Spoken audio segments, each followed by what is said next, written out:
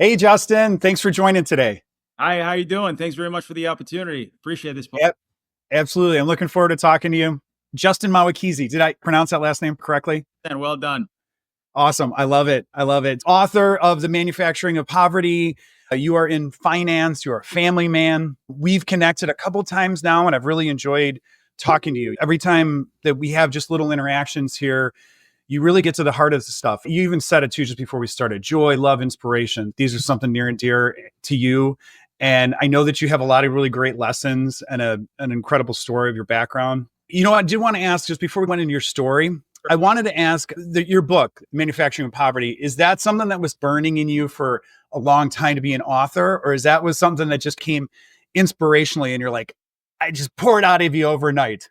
Since I was 9 years old, there was an event that happened in my childhood in my country of birth that burned this question in my head, which was what causes society to prosper and what causes society to disassemble, and what are the key things that people need to know so that to prevent societies from disassembling.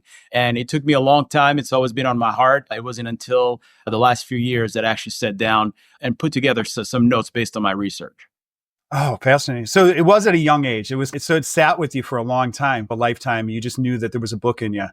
Yeah, so I'm originally from a country called Burundi in East Africa, and in the 90s there was a civil war that took place. So I was 9 years Yeah. in a beautiful country, paradise, nice people, and overnight things just went haywire, neighbor versus neighbor. And as a 9 year old Wow. looking around and you're saying, "What the heck is going on?" And I always try to understand why it happened, how to prevent it. And I knew that economics had to do something with it. And so I got in my life in finance to understand how international flows happen, how business between communities take place, and then try to figure out how to weave that back and talk to that 9 year old again to say, here are the things you need to understand for yourself, for your community, and for your family to prevent society from going haywire in the future.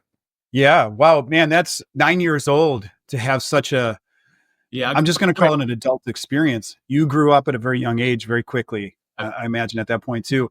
And what's interesting is because you said even at that age, you were talking about society. So you're talking about a little, to a 9 year old, your surroundings is your macro. Correct. So you're talking about the macro, but understanding that at a deep level, it's the micro, the internal within us. What are these things? What are these drivers? So that's an incredible backstory on the book. It's not like you just kind of back of the napkin, you're like, I'll write this book. You really have a deep level and a deep message behind that. Here, and you already touched on your story, and I don't know this, and it absolutely sounds incredible. And I can't even imagine as a 9 year old being in a warring state or a warring position like that. Let's just start there. I really want to hear a little bit more about your background. So if you could elaborate on that, even into that 9 year old phase or where that kind of transgressed. And maybe even when you came to this country and Sure. some of the things that led to that. I'd love to hear that.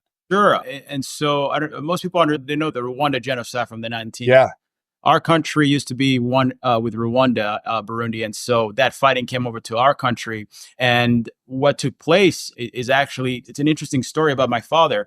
Because of the fighting, there was an embargo in my country where nothing could come in and nothing could come out.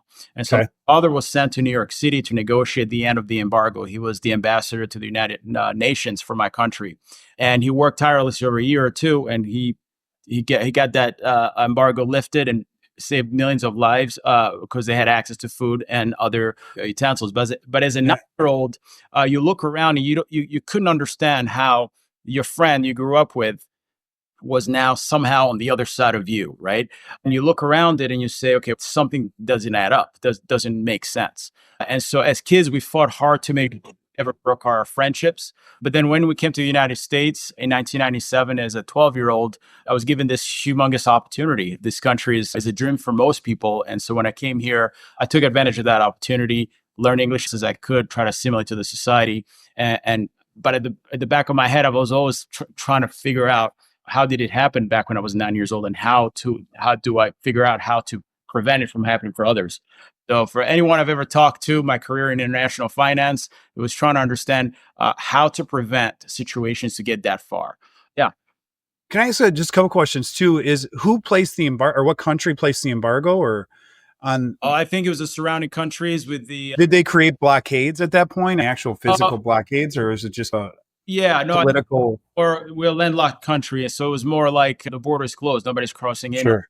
out. The problem is it gives opportunities to smugglers to move things back and forth. And so It creates a whole nother market Correct. in a sense. Correct. Yeah.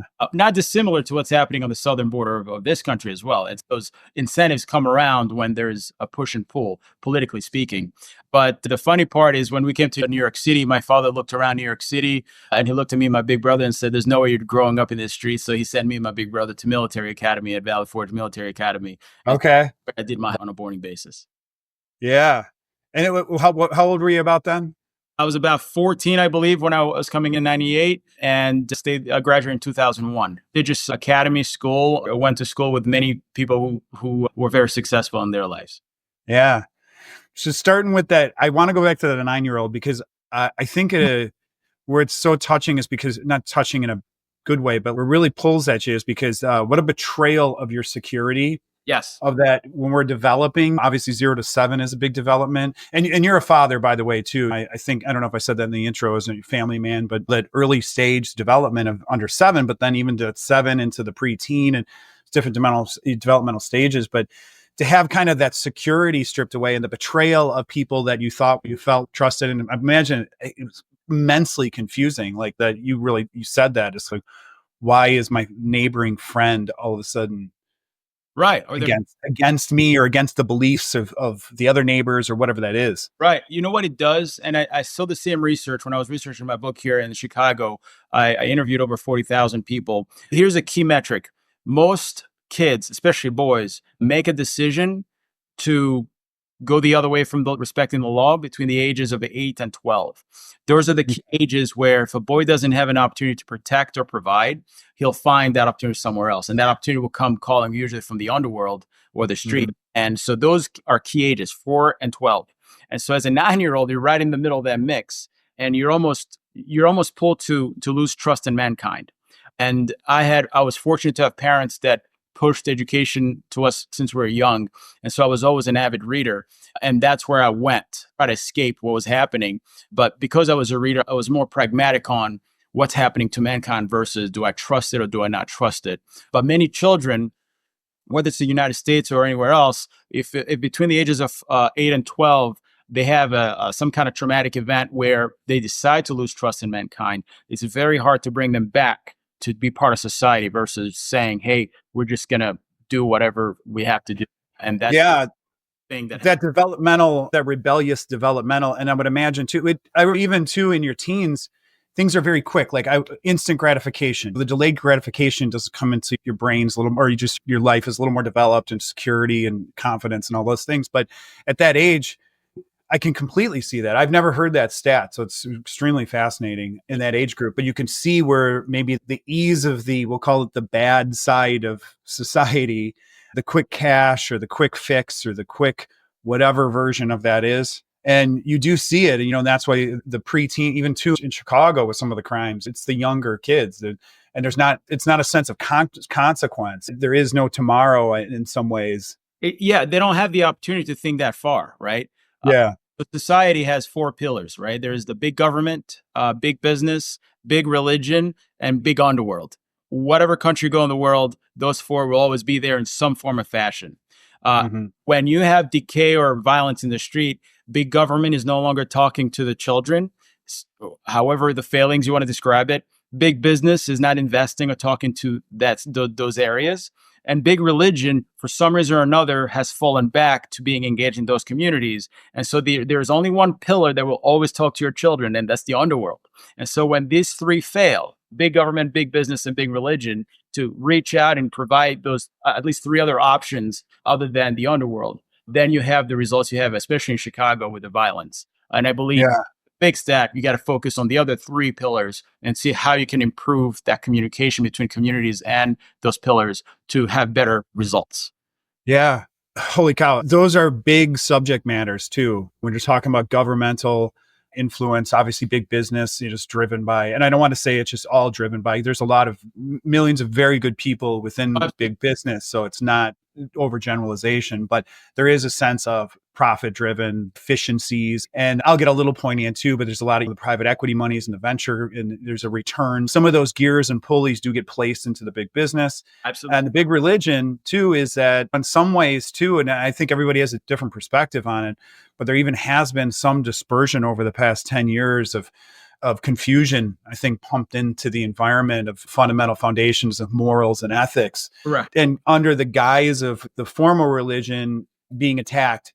And it's foundationally, it's the ethics and the morals and the things that kind of help us make those good decisions. Yes. So if there's an erosion on the front end or the optics of the smear campaign, just to put it playfully, yeah, and then the criminal element or the kind of the dark side of society, it's not, you're right. That's the recruitment age is at a young age, and they're accessible. They're vulnerable. They're impressionable. And it makes sense. Honestly, I guess I really never got a chance to think about it like that.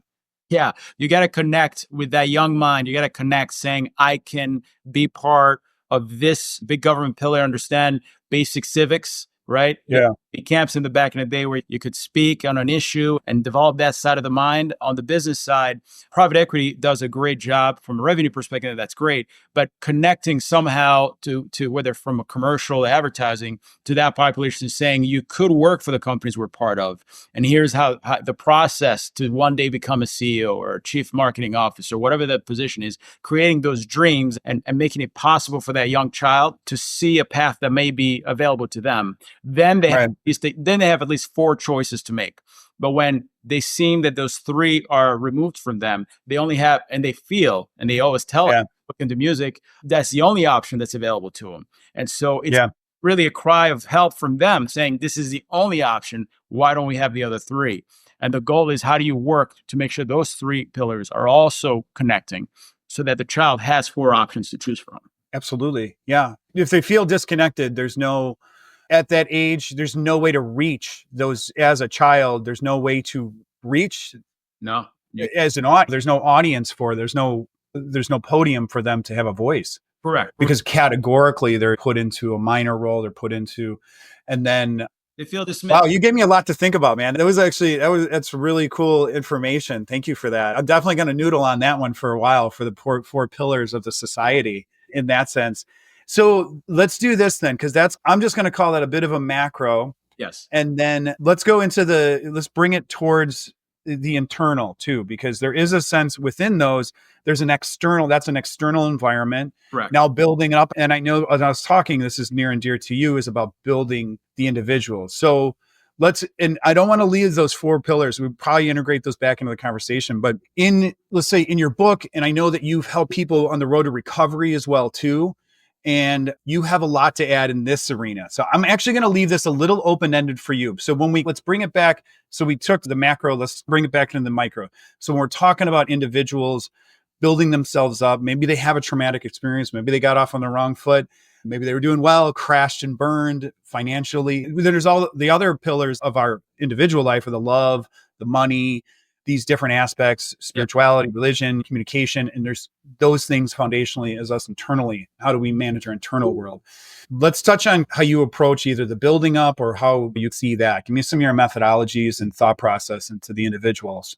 Sure. The book is broken in 3 sections. The first section is about how to attain an achievement mindset.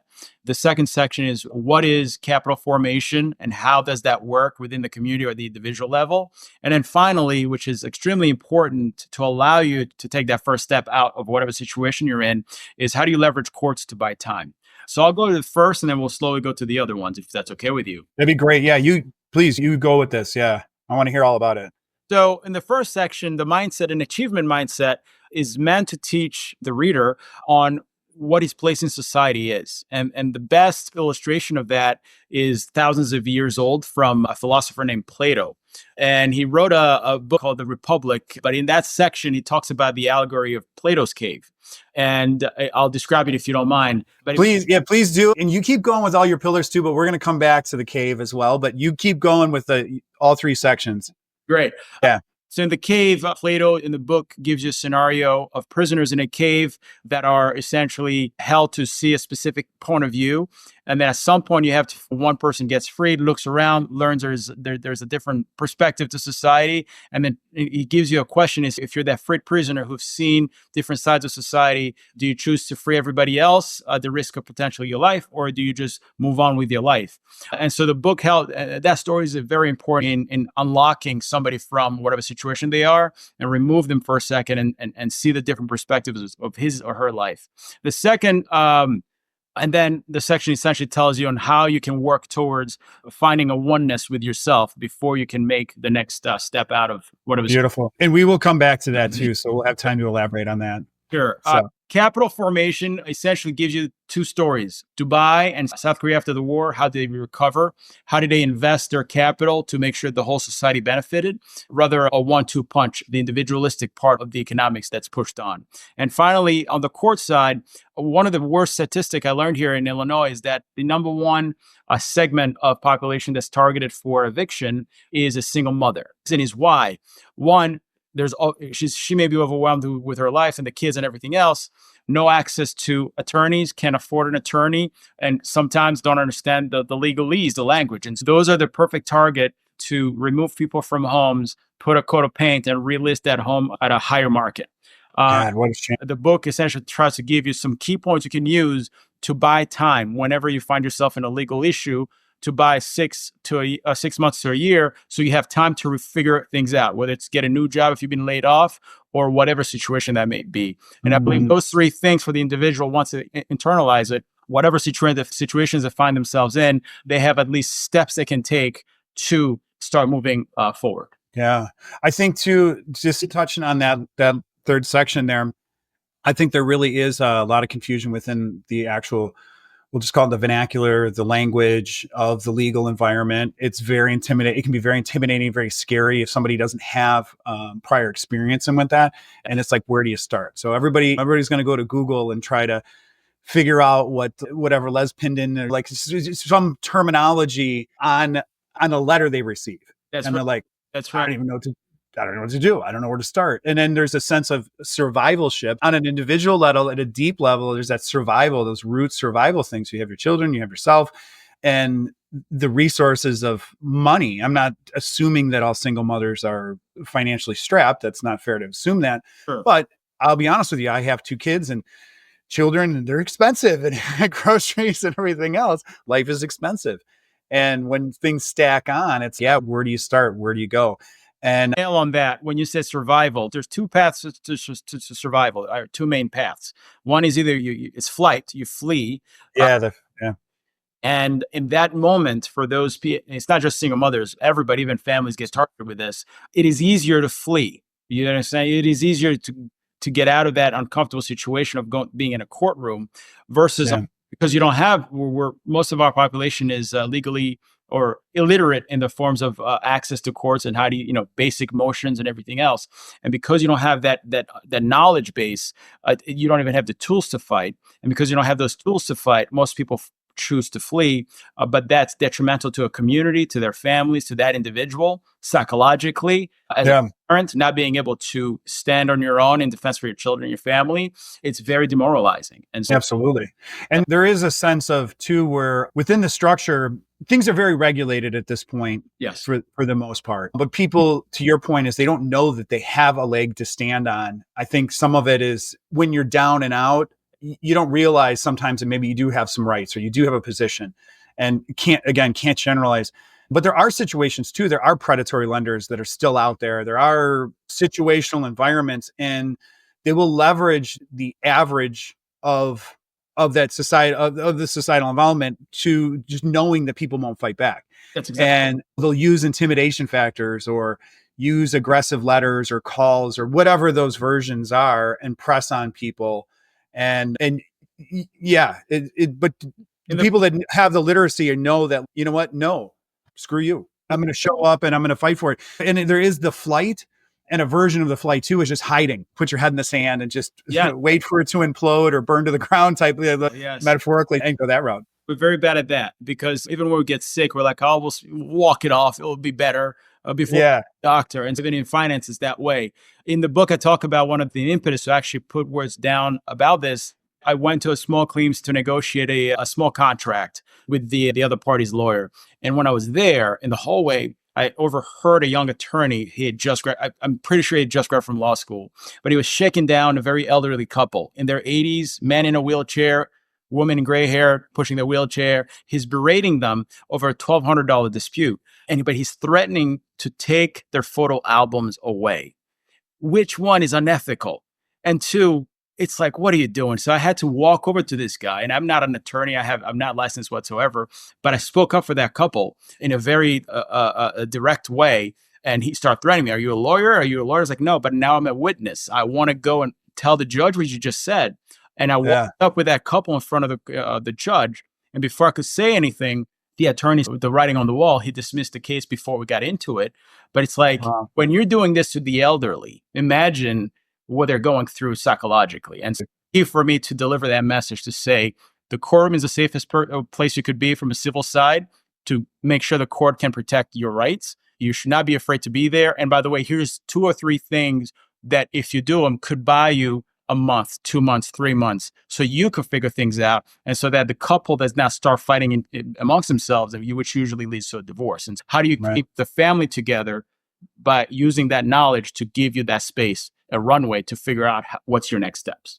Yeah. And it's interesting. You said the runway or the pipeline or whatever you look at that too, is like sometimes you get to get to that point, there were precursors, there were some telltale signs, but not everybody's keeping an eye on that. And I think inherently, I'd like to believe that we're all positive and some thinking that we're going to come through it, we're going to come out of it. And until it gets to a boiling point. Yes. And then they find somebody, like in this case, we're using these examples of, they find themselves in some type of legal court hearing or some type of debtors type of situation, and creditors are calling and so on. Right. And to bury themselves out of that or dig themselves out of that can be a monumental task depending on their situation. Correct. A couple different things, because there is something to that, and there is that road to recovery is one. And we had talked to that prior about this too, is you just touched on that, and you've helped a lot of people kind of with the education and the knowledge of what is that rebuilding. Now, I believe that we've all had crashes again, and they're not, some are financial, some are in love, some are in family, some are in these different aspects of our lives. But I believe as humans and this experience that we have in the path, I believe that we've all crashed and burned in certain aspects of our life. And some of us in all the categories. And I think at some level we experience our own levels of pain, and they're real to us. Yeah. Whether they're real or imagined, they're real to us, and we really feel them, and they really hurt, and they really, all these things. So there is a road to recovery, and kind of people, it's like where it's taking stock of where we at today, what we can start building on. Before we jump back to the Plato, in that vein of that, in your book, I didn't get a chance to read your book prior to us talking. Do you have some of those building blocks of that? What does some of that look like? The most important thing is in Plato's cave, that story is very important in that first section. And you can use it in everyday life to figure out which character you're in.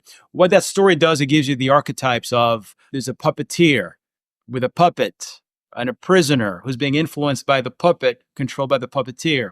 There is the environment being the cave, but also there's an outside environment being the regular world. And so being able to stop yourself in whatever you're into and say, who am I in this case? Am I the freed prisoner? Am I the prisoner? Am I the puppet, or am I the puppeteer? It allows you to recenter yourself, ground yourself, and say, okay, I'm going to choose to be X, and here's how I'm going to get there. I call that a level of oneness, where your subconscious, your conscious mind are all one, and you agree at least on one simple truth, whatever that may be. That gives you that starting point to then pick a direction. And once you have that direction and you understand how to protect yourself in courts and everything else and capital formation, your odds of reaching that direction increase exponentially. So in that first section, we go on how do you achieve a level of oneness, exercises you can go through. And it gives you stories from my own research on people that I met who had to learn how to be part of a different side of the world. And so understanding that story, following the key sections, such as writing down your thoughts, your assumptions, and testing them one by one between yourself and yourself, allows you to essentially reach that level of oneness. Until you reach that level of oneness, it's extremely hard to move about, whatever your definition of success is, because you're contradicting yourself all the time. The inner voice is giving you the opposite of what you think you want. And so you gotta get that inner voice in yourself to reconcile. And that may be facing whatever trauma you went through and said, acknowledge that you went through it. Forgive them if you need to, or at least allow yourself to move forward and letting go of that pain. Very hard, but that is the most important part of any journey you take on in your life. Until that exercise is done, it's going to be you fighting yourself, your inner voice, because your inner voice will tell you wrong unless you've reached a level of oneness. Yeah. Nobody can be tougher on us than us. No matter what somebody else is going to say to me, I've said things to myself that are 10 times worse or eroded my thought process over time. And it's so true what you said. It's the levels of awareness, the singularity, there's identifications in those process and making decision points of what's that. It could even just be like, what's this one next step? Like, just what's the tiniest step that I can take? And then what's the next tiniest step? Yeah. There's a story. There's an interesting exercise I did, which is your viewers can probably try themselves with their families, is in the morning when everybody's groggy, there's no makeup, you haven't brushed your teeth, your hair is out of whack. When in the morning you go to the bathroom in that mirror and you tell that person as they are, without makeup, without nothing, tell them you love them 10 times. Kids are usually pretty good at it. It's a game and it helps their self-confidence. But there's an example of a lady that tried to do it. She couldn't go past 3 times until she started. Really? Because that person she saw, for some reason, she believed was unperfect. And you can't love the person you are. You're the person. It's very hard to love the people around you, because first you have to have that first connection saying, as you are, you're perfect to you. Now go seize the world. On a personal note, it was about 10 years ago, I had a financial collapse myself, a financial trauma and stuff like that, a closure of a business. And it was very difficult. Yeah. And at that time too, was an exercise like that. I had so much resentment towards myself for letting myself down, my family. I had a lot of resentment. And I can picture that. I didn't do that exercise. I'm aware of it. And it's a very powerful one. But thinking back to that time, I would have probably had some troubles with it because I would have had some personal resentment. Yes. And I don't feel this way. It's, so grateful at this point, but I was like, I'm just thinking back to that time and be like, the self-talk, like, how could you have done that? How could you have not seen this coming? How irresponsible, like all these things, you beat yourself up. And when you're down and out like that, to look up and out is very difficult. It can be very difficult to have to gain perspective and to take yourself back and out of it and have that wider view is very difficult because you're in that, again, we talked about the survival mode. Yes. Your world becomes very compressed and very small. And that's where the expansion comes from, the singularity, from the awareness. And as you start to build the view and you're like, wait a second, get your head out of the sand again. But it's very, especially when you're alone and it's inside you, it's internal. It's an internal combustible battle you're doing. And it's paralyzing. You get stuck in analysis paralysis where there's no single, in sports, we call that the yips. You don't know, you can't trust yourself. Every move you make, you second guess yourself. And the best way I've seen to get people out, the book hopefully will help people get themselves out themselves, is regrounding yourself, recasting the whole image of society principles and guidelines that you are following based on how you grew up, to say, okay, here I am. Okay, now I have to choose to go this way. But 6,000 years ago, Plato had that maneuver, that tool right there. So, I wish schools taught all kids about it. Absolutely. Taught stoicisms, all the allegories, all the philosophical thought process, because what it does is it reframes things. And I think there are the dogmas and the structures of the worlds of how we're taught. And it's not that it's good, bad. It's just, it's some of it's just a regurgitation of information. Some of it's structurally, there's actually been some studies done, which I'll share one, but before I want to touch back on the Plato's, and you had done it beautifully. You had described it beautifully. The image is cast, and the prisoners, their only view that they can see, because they have the wall behind them, is the projection of the life that's being cast for them, the puppeteer. Correct. And then the puppeteer is controlling the puppet, and there's the layers of it. And who are we? In some cases, I feel like we're all those because we're so complex creatures. Or is it one aspect? And I know I touched on this too. We have different aspects. We show up in life and we show up differently, maybe with our family or if we're in dating situations or friend situations, in work, we show up a little bit different in those ways. And who are we in these situations? So one of the things, and the beautiful thing about these allegories and philosophical stories, is we all have different takeaways. And I remember one of the first time I think I heard of it, it was just like, it was the idea of taking this information, looking back and realizing, oh my God, there's another big level. And then oh my gosh, there's another big level. And you keep going and you're like, this is a much bigger world than I realize in this centric view. But then trying to go back and tell the people at those, we'll say at the level. I feel like level has a little bit of a judgment, but we'll just level, location, whatever that is, that perspective. Some people are very fixed on those. And this is across any aspect of our life. People are very fixed on an idea. They're very bought into it. They're very sold into it. They've dedicated themselves to it and changing those things. So now all of a sudden things can come in, which almost ties into a little bit at a much deeper level too, to what you were talking about when you were that 9-year-old. But those differentials, if somebody's bought into an idea, to go back and change their mind, they're so bought into it. Now it's become you and I, you against me. Right. We have an opposition and there's no compromise in the other person's mind. You're like, wait a second.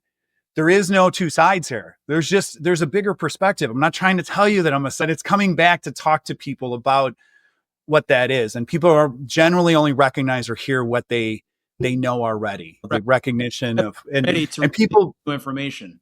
Yeah. And people tend to, even too, when you talk about, we're doing things like this, just communication, whether this resonates with people, whether it doesn't resonate, we want our words to resonate and help somebody. In some cases, people are only going to heal to we'll call it the level or the position or the location in their life that they're willing to heal. You can't change, in some levels, you can't change that.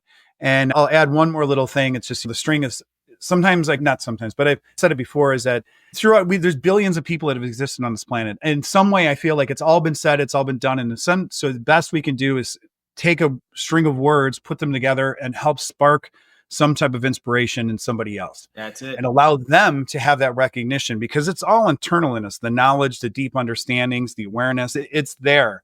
Correct. And whether it's today or the spark doesn't seed and grow till later, that's it. But people can get, and so this is it too. So, and where I wanted to go with the Plato thing, because I think it's helpful, because we did kind of touch on younger folks too, is that when you grow, your friends that you have today might resent you for growing them, because they feel like you're leaving and all of a sudden you're better than me, or whatever the version of that is. And those are tough lessons to deal with. So it's hard to let people go. And some of that's growth hurts as well too. So trying to bring the word back to the other levels of the Plato's allegory. That's why. So anyways, I got a little bit lost in that, but I think that was beautiful that you have that. The different friends and everything else it happens a lot with entrepreneurs, right? Absolutely. You are one of the senior executives at Ogilvy, an advertising agency, talks about this real quick. The bees, they have this dance where they could coordinate and go and find some of the pollen, whatever they're going after. But in every bee structure, there's a few bees that are allowed to venture out, disregard this little dance. Their role is to explore and find new food sources. And without that bee colony will die, because that food source will eventually be depleted. They'll put it to the maximum. So they allow a few to go and find new sources of food. That's who the entrepreneurs are. And the mentality to be an entrepreneur is extremely different from the rest of society, where there's rules, they follow the rules, they play by it, and that's that. Entrepreneurs is, how do you find new solutions, new ways of doing things? And when you tell your family, your friends, hey, I have this new idea, the instinct, it's psychological. They don't even realize that your family or friends is to put it down. Why? Because what you're telling them is this box that puts you in, you're going to be able to get out of it and do something else, which means that they also have that same capacity, but they choose not to. So from a psychological perspective, they reject it. Your identity, because if they accept that you can do that, it means they too can, but for some reason they're choosing not to. And so it looks like it's confrontational, but that's what's happening. Yeah, and I 100%, I love that. And there is that mirror effect where the people's reaction isn't always about you. So if you say, hey, I'm going to do this big, beautiful thing, and if I reject it, and you really need to think about this, and you got to put yourself into a box, make sure that, and I start going on a rant, it's a lot of times too, it has nothing to do with you. It has everything to do with me. It's me telling you that it's better to stay conservative and not try. Correct. And so and I do love that the bee there's a percentage of the bees, I've heard that before, that is allowed to fail.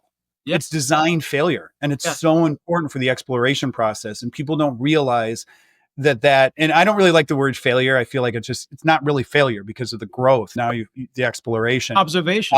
Find a different way of something not working out. 100%. Would look at it as well. Because if you help the whole community, right? You go back and tell them, hey, we have a whole 15 acres of flowers and no cows around. So we can eat forever this one. Yeah, you're like, just beyond that one tree line, there's a whole new, and everybody's, nah, we're not going to go over there.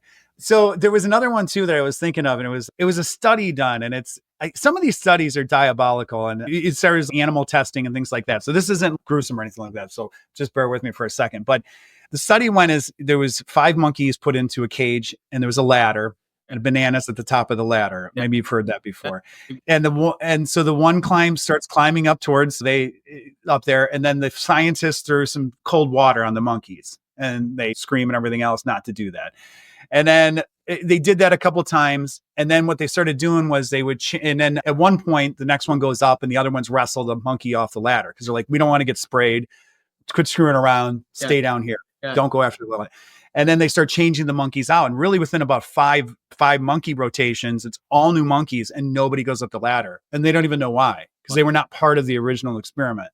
So I think, some of the dogmas and some of the formalities of thoughts and traditional is just a passed along thing. So when we talk about the entrepreneurs, the designed exploration and, did those percentage of bees, maybe that time they all went out, nobody found anything. But if they're like, there's some private equity guy or something, I keep picking on private equity. It's not, I shouldn't. But if there's somebody whose efficiency says those bees shouldn't explore, they should be processing pollen over here, and we can measure it and monitor it. And to that point is at some point now the organic growth is going to stop in that sense in the entrepreneur world.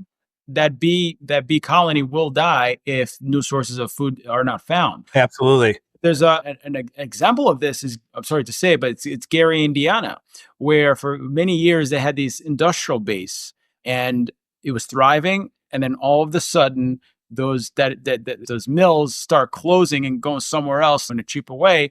And you can criticize those decisions. But to me, I look at the mayors and the leadership of that city to say, hey, there should have been a planning commission to understand if this happens. Here's how we can, level things out. Absolutely. Have that type of exploration. Sooner or later, an event will happen and you will fail as a community, which is worse than as an individual.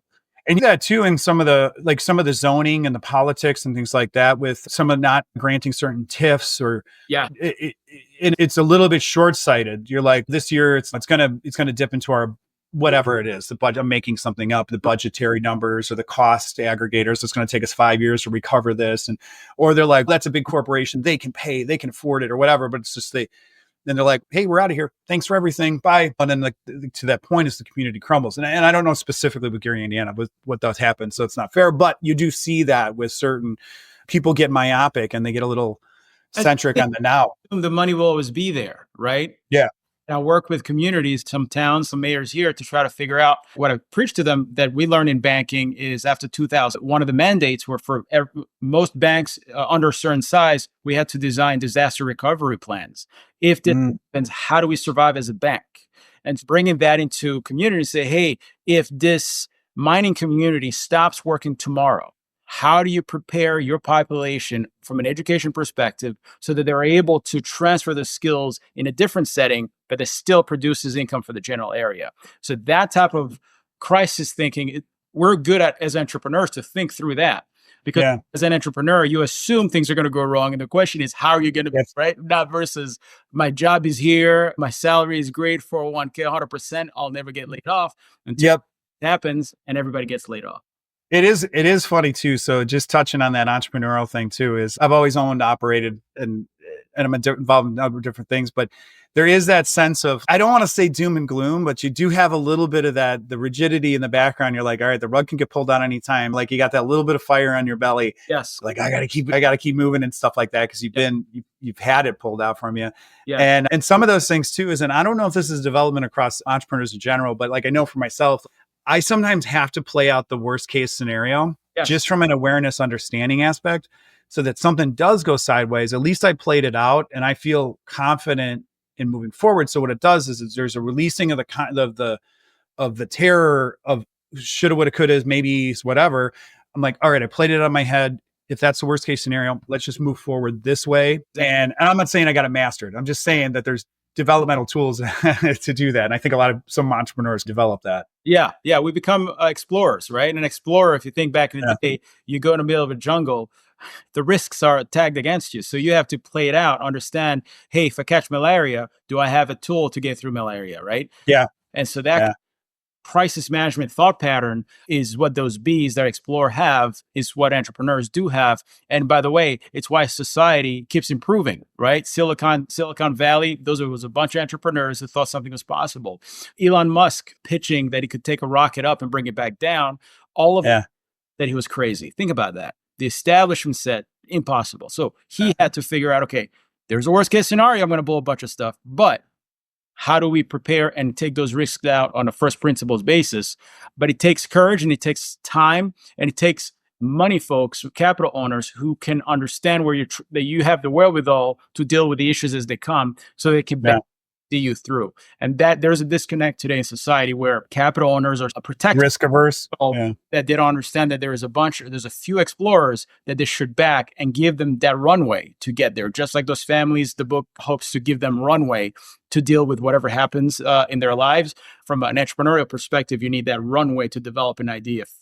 Yeah, I think that's it too. I'm going to use the word maverick, or those explorers are like a maverick. There is actually something to be said about some of the more successful companies that have had really aggressive growth rates. There's a real power in having somebody it's a maverick or an explorer mentality or an entrepreneur within a structure, because they're going to question the norms. They're going to press the thought process. It's not like just, okay, the CEO, president, whomever just said this one thing, and then, okay, everybody just fall in line. But you got somebody who is pressing it, being like, I don't know if I see it that angle, or whatever it is, or tinkering around and trying to pull the pieces and pull the strings in a right direction, because they have an instinct. They're like, I know that this is going somewhere. I know that this can be something beautiful. Correct. And have that instinct to try to drive forward with it. And there are those elements and those drivers that are necessity in the structure. And I think if you're a solopreneur, there's a part of your brain that has to carry that. There's the maverick part of your brain, and then there's the pragmatic part of your brain that I need enough resources. I need enough logs, chop enough logs to make it through the winter, so we can keep the fires burning through the winter. That type of mentality where it's absolutely being able to ask questions is what the manufacturing of poverty helps you do, because asking the right question leads to either more questions or an answer, right? It becomes, instead of a decision tree, it's a question tree, where you find opportunity where others may not see. You find where others may not see. But folks who ask questions sometimes can't survive in a corporate setting that has a culture of harmony. Everybody's just going to do what one or two people do. That may work out, but sooner or later, like Blockbuster found out, a Netflix shows up, they have an opportunity to partner with them, and they decide not to because it's outside their box. And so being able to ask questions, question yourself, will allow you to figure out whatever the answer is to your internal questions. Everybody has different questions, but the cave is extremely important based on the outside world or inside your mind. Being able to have that interplay of characters and archetypes and say, today I decide to be X, or here's how we can figure this out. And so those are critical thinking skills to allow an individual, a family, or a community to move up the value chain. And I'd like that you cover that in your book, and in the manufacturing of poverty. I think the question is a very powerful thing. So I'm really glad you touched on that, is because as far as people sometimes just start giving answers, they're not asking questions, and there's taking assumptions, but asking yourself questions, asking your surrounding questions, and asking those philosophical questions of, is there a different way to look at this? And that's when we get into those structures. The structures are in place, and they're in place for a reason, and they're not all bad. But are we looking at this correctly? The monkey's on the banana. Why are we not going up the ladder? There's nothing harming us. Get the bananas. I don't know. So that's right. Even in the first story, in the monkey story, when they start putting cold water on the first few monkeys, all he had was to take. All we needed was one monkey to say, you know what? I'm willing to tolerate the cold water for a minute. Let's absolutely see what's on the other side of the cold water. And it probably would have. It probably would take one to go up there and break the banana up and share it with everybody. And they're like, that's it. We don't care about the cold water. Let's go. That's it.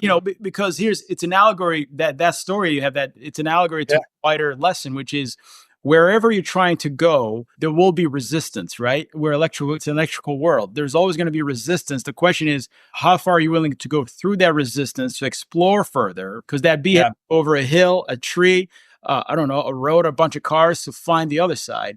And so having one or two is critical to move everybody forward. You can't have everybody. We understand that now. An entrepreneur will need, once you find a good idea, you need those managers to come in and actually make it a 100%. not just you. Yeah. So you need those. You need those people that can squeeze the lemon to get a little bit more juice out of the bottom of it. And then you need the big picture people and stuff. I think that's actually a great place to stop because you gave an incredible amount of information with your book and everything. Where can people find you? Where can people buy the book? Where can they get a hold of you? On the Benefactor of Poverty. My socials are at Mahwikizi, which is a tongue twister, but it's Mahwikizi. I'll link it in the descriptions as well too. Great. So Thank you. perfect. Thank you so much, Justin. Absolutely. Have a great day.